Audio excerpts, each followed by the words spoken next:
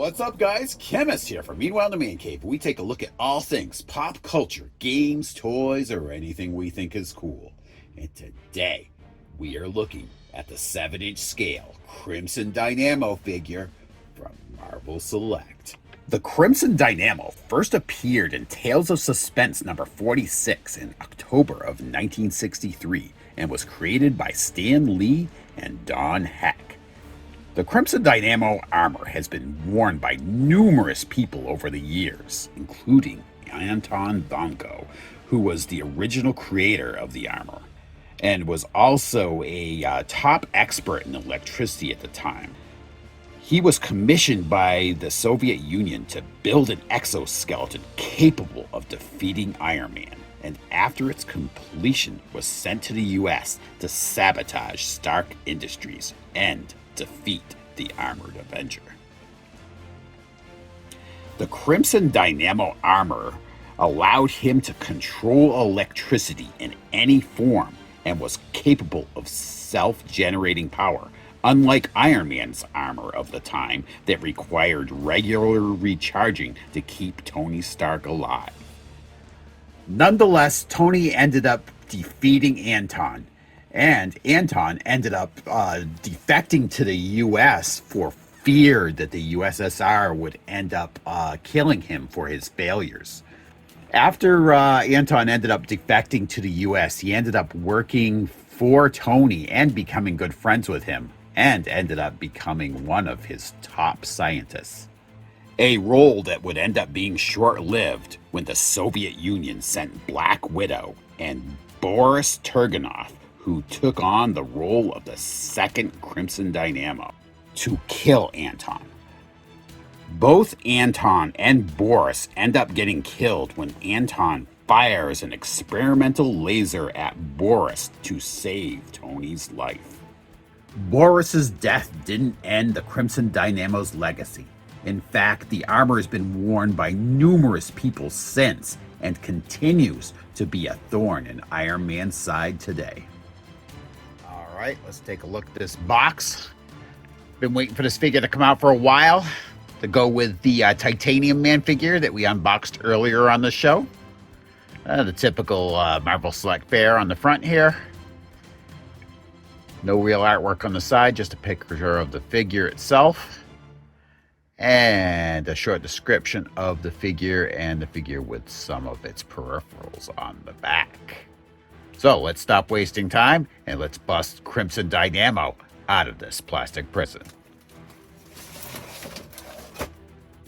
And a brief overview of what you're getting in the package. You get 6 extra hands outside of what comes on him, 2 of them being energy emitting hands. You got the character itself and the helmet and 2 extra face plates for the helmet.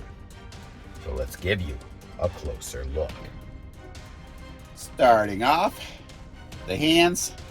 Now these are going to be the same hands for the left hand, so I'm not going to show you, to just be repeating except the opposite hand. So this here is the right hand, opened palm, pretty nice.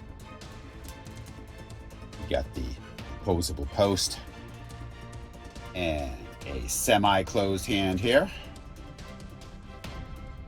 The same on the opposite side. Energy emitting right hand. It's pretty cool. Again, same post.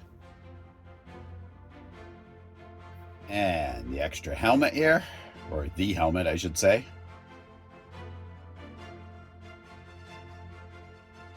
And you can interchange the faceplates on this. And this is the faceplate I more associate with Crimson Dynamo than any other, with the singular eyepiece. Always reminded me of Maximilian from the Black Hole movie back in the day. This is probably the faceplate I'm going to have on him with when I display him. And the energy emitting faceplate right out of the eyepiece here. Got a Cyclops style here. Hard to get a focus on it here with the energy beam coming right at you. That's pretty cool. And here he is, Crimson Dynamo himself. I believe this portrait represents the fifth person to wear the Crimson Dynamo armor. And I think that would be Dmitry Bucharin.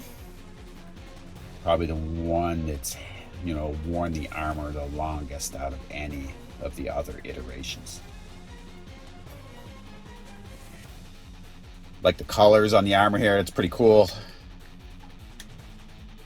Let's start off with the articulation here. You got your left and right motion, and forward tilt, back tilt, tilts back quite a ways. Gotta like that. I like the painting on this too. Got the gray in the beard. Here at the arms, you got your lateral movement. Moves really nice. You've got the joint there between the shoulder and the bicep, of course. Always nice to have. Elbow joint. Now, seems to be some restriction on that elbow joint. Just because of this gauntlet here. I think it restricts some of the motion. So you're not going to get a lot of motion out of that. Be prepared for that. This here too, up here at the shoulder, this moves a bit too. Probably to give him a little more motion. Got your forward and back for the arm. As you can see, this does rotate with it. Nice design there. Let's see if he has any rotation at the gauntlet. He does at the elbow though, so that's kind of cool. At the elbow, you've got full rotation there, so that's kind of cool. At the wrist, obviously you can turn the fist, and you've got a joint there, but that joint is restricted because of this gauntlet. There's really no motion there. There is a hinge there, but that fist doesn't seem to move at all, so be prepared for that. He has a abdomen joint. Very little crunch, but you have the twist. None. Doesn't seem to be any waist joint here. If there is, it must be painted, but there doesn't seem to be a waist joint. We'll see how that plays out when we're posing. Here at the hips, lateral movement. Forward and back. You do have, unlike the Captain America that we just did, there is a cut joint here. Some people don't like that. I can understand, but I don't mind it when I go to pose him because it does make it more easy to twist that leg, so I can get a plant foot going here. Now, the newer design that I've seen, and like we had on the Captain America, works really nice because up here at this joint, you have the twisting instead, and that actually works a little better to me and looks better. Down here at the knee, get your twisting. I do like that. We're doing that plant foot. No joint at this leg gauntlet, but at the foot, kind of like a free moving ball joint here. Get your forward and back, and you can angle that foot here. So that's pretty nice. Should be the same on the other side. So let's get this dude in some poses, get some of his accessories on, and I'm going to let you know what I think.